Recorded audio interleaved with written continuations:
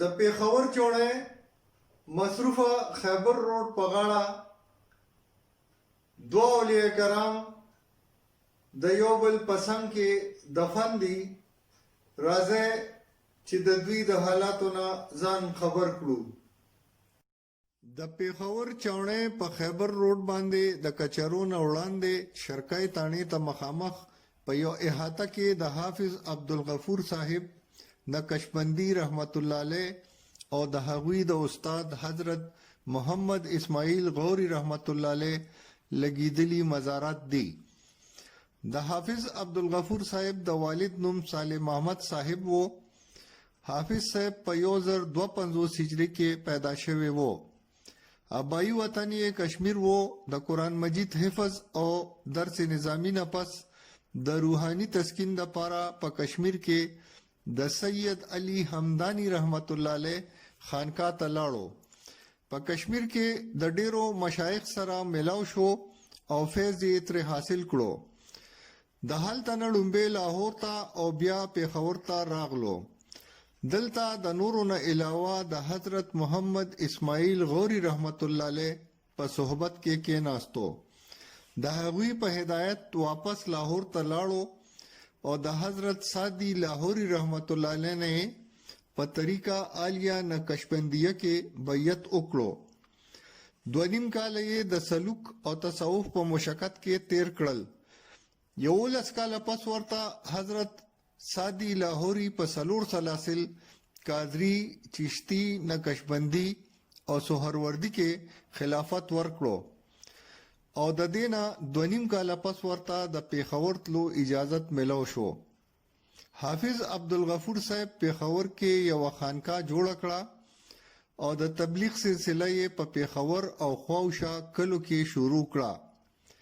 د لنګر نه به په سونو خلکو ته خوراک ملاوېدو او په غریبانانو کې به کپڑے تقسیمېدې. حافظ صاحب به خلکو ته د امر بالمعروف او نهي عن المنکر نصیحت کولو او د بدعت او فضول رسوماتو نه به یې منع کول. په علاقه کې به یې په سادګۍ سره د خلکو نکاحګانې کولې او د دشمنو روغې به یې کولې.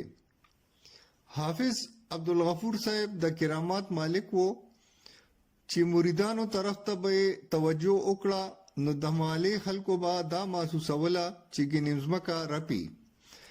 د دوی په مزار چې انسان د الله نه پست دعا وغواړي نو د جسم هر قسم درد ختم شي. حافظ عبدالغفور صاحب په 14 شعبان المعظم 1114 هجری وفات شو او په پیښور چوڼې موجوده ځای دفن شو. د حافظ صاحب د مزار موجوده متولی غلام حبیب صاحب دی چې خاندان یې د 220 کالو راځي د مزار خدمت کوي.